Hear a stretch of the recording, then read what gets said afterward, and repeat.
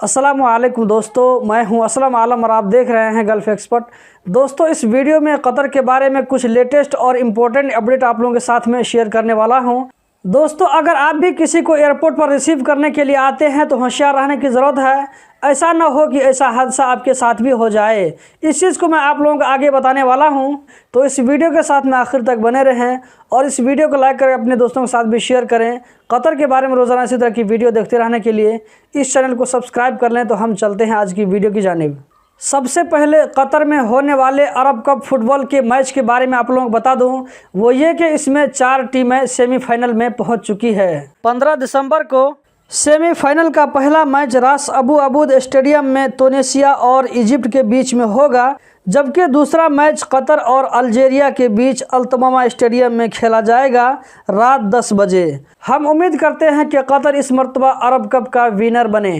FIFA world cup 2022 tournament की security and safety operations committee ने drone use करने वालों से अपील की है कि स्पोर्ट फैसिलिटीज़ और वर्ल्ड कप फैसिलिटीज़ एरिया, यानी वो स्टेडियम या वो जगह जहां पर वर्ल्ड कप की तैयारी चल रही है, इसके आसपास में ड्रोन को न उड़ाए।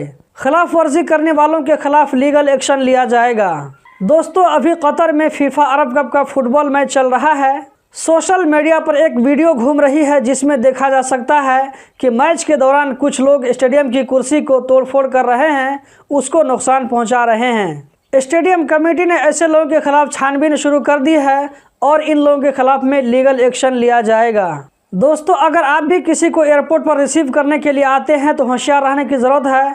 ऐसा न हो कि ऐसा हादसा आपके साथ भी हो जाए। कतर में कोर्ट में एक ऐसे ही केस की दोबारा सुनवाई की जा रही है जिसमें कहा जा रहा है कि एक शख्स अपने मुल्क से कतर आ रहा था तो वो अपने साथ में अपने बैग में खाने पीने के सामान में कुछ ऐसे सामान को भी ले लिया था जो कि कतर में ममनू है, जैसे हशीश। ये एक नशीली चीज़ है जो कि कतर में ममनू है, इसको लाना मना है, तो वो इसको अपने साथ बैग में रख करके ला रहा था। एयरपोर्ट पर कस्टम डिपार्टमेंट को शक हुआ तो कस्टम डिपार्टमेंट के ऑफिसर ने उसके बैग की तलाशी ली और उस सामान को जब्त कर लिया। तो उस आदमी ने कहा कि ये सामान मेरे एक दोस्त का है जो कि बाहर में मेरा इंतज़ार कर रहा है। कस्टम डिपार्टमेंट के ऑफिसर उस आदमी के पीछे पीछे आए और दोनों आदमियों को एक साथ गिरफ्तार कर लिया। अभी इस केस का फैसला नहीं हुआ है, लेकिन इस केस में उस आदमी के दोस्त के छूटने का चांस है, क्योंकि छानबीन में ये बात सामने आ रही है कि इस नारकोटिक मटेरियल की स्मगलिंग में इसके दोस्त का कोई रोल नहीं है। Ministry of commerce and industry की तरफ से कहा गया है कि नवंबर के महीना में दुकानों में 112 वायलेशन पकड़े गए हैं, जिसमें बिल को अच्छी तरह से न लिखना, बिल में अरबिक लैंग्वेज का यूज़ न करना, सोशल मीडिया पर रेट को न डालना, ये सब दुकानों के लिए ज़रूरी नहीं है। वेजिटेबल और फ्रूट के लिए जो रेट बलदिया की तरफ से रोज़ाना दिया जाता है, उस रेट को फॉलो न करना, बिना लाइसेंस लिए हुए बिना परमिशन के दुकान में सेल लगाना, एक्सपायरी सामान को बेचना, या इसी तरह आपने जो सामान देखा था उस सामान की जगह में आपको कोई दूसरा सामान दे दिया जाता है, ये खास करके ऑनलाइन सामान ऑर्डर करने पर होता है। तो ऐसे 112 केस रिपोर्ट हुए हैं। दोस्तों, आने वाले शनिचर को 18 दिसंबर होगा, जिसमें हर साल कतर में नेशनल डे मनाया जाता है। इस साल भी इसको मनाया जाएगा, इसकी तैयारी चल रही है। 18 दिसंबर को कोर्निश में नेशनल मार्च होगा।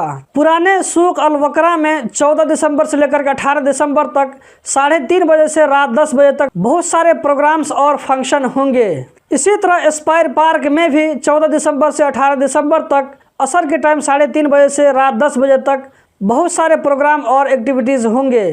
कतर फाउंडेशन में भी 12 दिसंबर से 17 दिसंबर तक प्रोग्राम्स होंगे। दोस्तों, वीडियो के आखिर में कतर में कोरोना का क्या कंडीशन है इसके बारे में भी बताता चलता हूं। मिनिस्ट्री ऑफ पब्लिक हेल्थ ने कहा है कि कतर में 11 दिसंबर को पिछले 24 घंटों में 158 कोरोना के नए केस रिकॉर्ड हुए, 152 लोकल लोगों में, जबकि 6 बाहर से आने वालों में। इसी तरह पिछले 24 घंटों में 134 लोग इस वायरस से रिकवर होकर अपने घरों को गए, जबकि कतर में अभी एक्टिव केस की तादाद 2361 है, 2361। तो दोस्तों, यही थी आज की वीडियो। उम्मीद करता हूँ ये इन्फॉर्मेशन आप लोगों को ज़रूर पसंद आई होगी। इसी तरह की वीडियो रोज़ाना देखते रहने के लिए चैनल को सब्सक्राइब करें, इस वीडियो को लाइक करें। वीडियो देखने का बहुत बहुत शुक्रिया।